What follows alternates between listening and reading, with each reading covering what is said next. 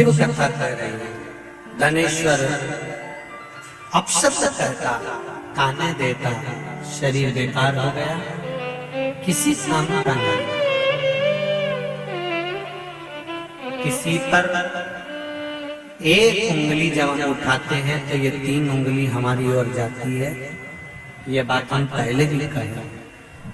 धनेश्वर इस चीज का स्मरण नहीं कर पाया कि हम गंगा नहाने वालों पर, नर्मदा नहाने वालों पर, कथा सुनने वालों पर, भजन करने वालों पर उंगली उठा रहा। शरीर में रोग हो गया, बीमार पड़ गया। पिता बड़े दुखी थे।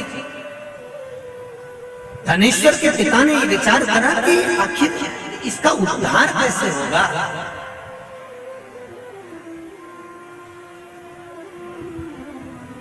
माता और पिता, हमारे यहाँ देवी जी की आरती में भी हम लोग गाते हैं, पूत कपूत सुने परना माता सुनी। हमारे यहाँ की आरतियों में भी ये वर्णन किया गया है कि माता पिता, बेटा चाहे कितना भी बेकार है तो भी माता पिता उसको कलेजे से लगाकर रखते हैं। मेरे बेटे का उद्धार कैसे होगा, स्मरण कैसे उसका मुक्ति होगी, समझ नहीं पाया। समय आया, रोज धनेश्वर अपशब्द कहता था, रोज उंगली उठाता था, रोज गालियां देता था, रोज ताने देता था। आज उसको नहीं मालूम था कि वैकुंठ चतुर्दशी का दिन है। काय का दिन है? जम के बोलो जरा, वैकुंठ चतुर्दशी का दिन है। ये धनेश्वर को नहीं मालूम था। उसका रोज का नियम था, जो नदी नहाने जाए, नर्मदा नहाने जाए, गंगा नहाने जाए, कथा सुनने जाए, या मंदिर जाए, या देवालय जाए, या कोई सत्संग करे, या भजन करे, और ये अपशब्द कहता फिरे।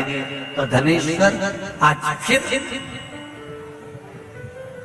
एक भक्त स्नान कर आ रहा था, जल का पात्र हाथ में था, सुबह का समय था, शिव जी को जल चढ़ा रहा था।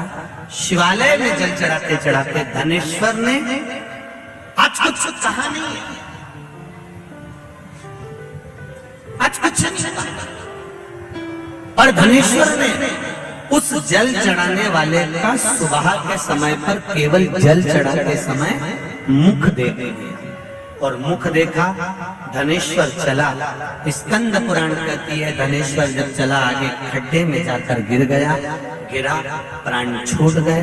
इतना बड़ा पापी था कि शरीर का कष्ट भी भोग रहा था। उसके बाद भी ये मरने के बाद नरक नहीं गया, अगर गया तो वैकुंठ गया।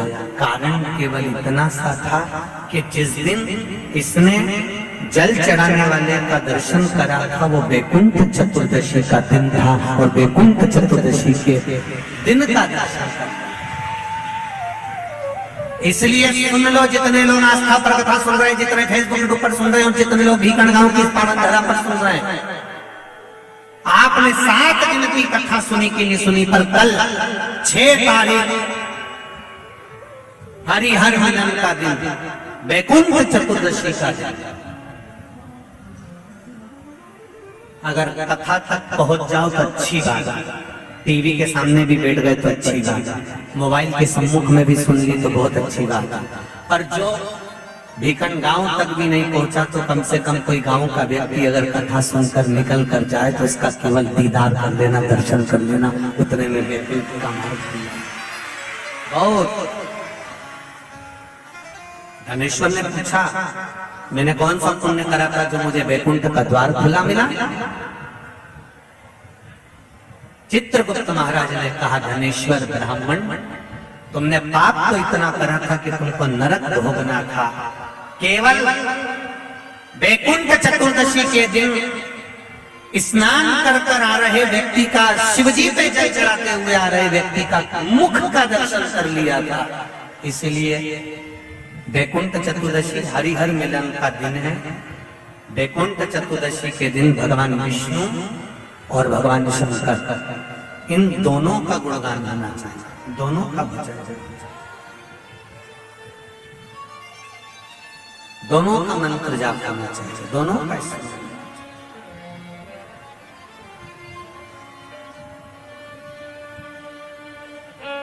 आप सबसे निवेदन है, कल हरिहर मिलन के दिन आपके घर में शिवलिंग होगा और लड्डू गोपाल होंगे। रात्रि के समय पर, शाम को नहीं, मध्य रात्रि, अगर नींद खुली रहे तो 11 बजे के बाद में, रात्रि को 11 के बाद अगर नींद खुली रहे, नींद नहीं खुली रहे तो फिर तुम रात को 8-9 बजे चढ़ा के भी सो जाओ तो कोई बात नहीं हो, भगवान तो बोलेगा। शंकर भगवान पर पहले बेलपत्री चढ़ाना, लड्डू गोपाल के सामने तुलसी का दल चढ़ाना, अपने मन की कामना कर कर हरिहर मिलन कराना।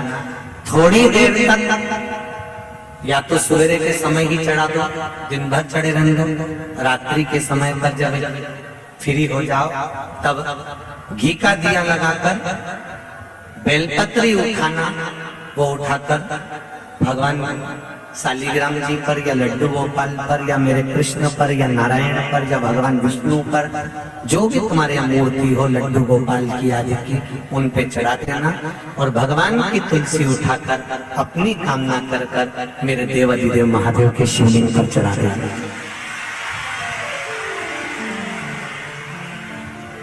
रात्रि को ही हो सके तो ब्रह्म मुहूर्त तक, अगर नींद खुली रहे तो उठा लेना, नींद खुले तो रात को ही, रात्रि के समय ही उस बेलपत्री और तुलसी को संभाल के रख लेना।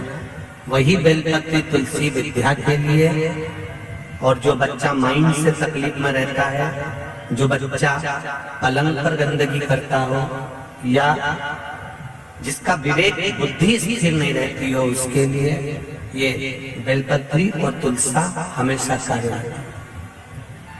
कल वही वैकुंठ चतुर्दशी, उसका दर्शन आप भाव से आनंद से अपने अपने घरों में करें, भक्ति के साथ, आनंद के साथ शिव कथा करें। धनेश्वर पूछ रहा है कि मेरे प्राण छूटे, मैंने तो पाप करा था, फिर ये वैकुंठ का तो कहा। केवल भगवान विष्णु ने काशी में जाकर भगवान शंकर की आराधना मणिकर्णिका के घाट पर करी थी। शंकर भगवान ने अपना सुंदर भाव सुदर्शन चक्र भगवान विष्णु को दे दिया था और भगवान विष्णु ने अपना नेत्र भगवान शंकर को दे दिया था। तब भगवान विष्णु ने कहा था देवऋषि नारद से, नारद पूरे वर्ष में केवल एक दिन ऐसा रहेगा वैकुंठ चतुर्दशी का, जिस दिन मेरा दरवाजा 24 घंटे खुला रहेगा, जो पापी से पापी जीव है वो भी प्रवेश करेगा। ये वैकुंठ